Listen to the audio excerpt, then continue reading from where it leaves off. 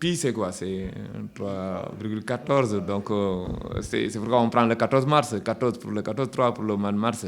Mais pi, c'est une constante qui est universelle partout. Et il y a plusieurs formes de pi. Le pi de l'Égypte, le pi grec. Donc, pi a beaucoup de significations. Et quand on fait, nous, des problèmes de maths, si pi sort, on est rassuré parce qu'on pense que ça fait partie de la nature pi. Mais pi, tu peux le trouver presque dans tous les domaines des maths. Moi, je suis géomètre. Donc, si vous me dites pi, je te dis c'est la circonférence du cercle. Ça me suffit.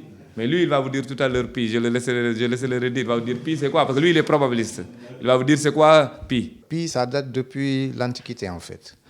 Mais ce qu'il faut d'abord retenir, c'est que c'est un nombre qui correspond au rapport, on va dire, entre la conférence et le diamètre. Si vous faites circonférence sur diamètre, vous trouvez une constante qui est toujours égale à pi. C'est un nombre qui est un peu spécial. Dans beaucoup de domaines, on retrouve le nombre pi.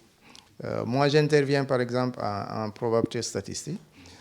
Si vous regardez un phénomène quelconque, le plus souvent, on le modélise par une loi normale, qui est la loi de référence.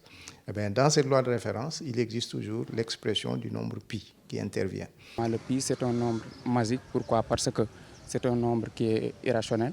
Et son irrationalité fait qu'il constitue une séquence de nombres infinis, de telle sorte que à travers cette séquence de nombres infinis, on peut retrouver toutes les combinaisons de chiffres possibles.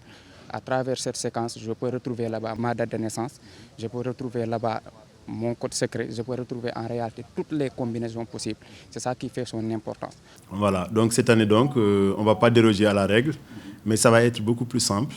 Donc, juste entre collègues, partager diverses notions scientifiques où intervient le nombre pi, et ça permet de découvrir quand même les mystères de ce nombre.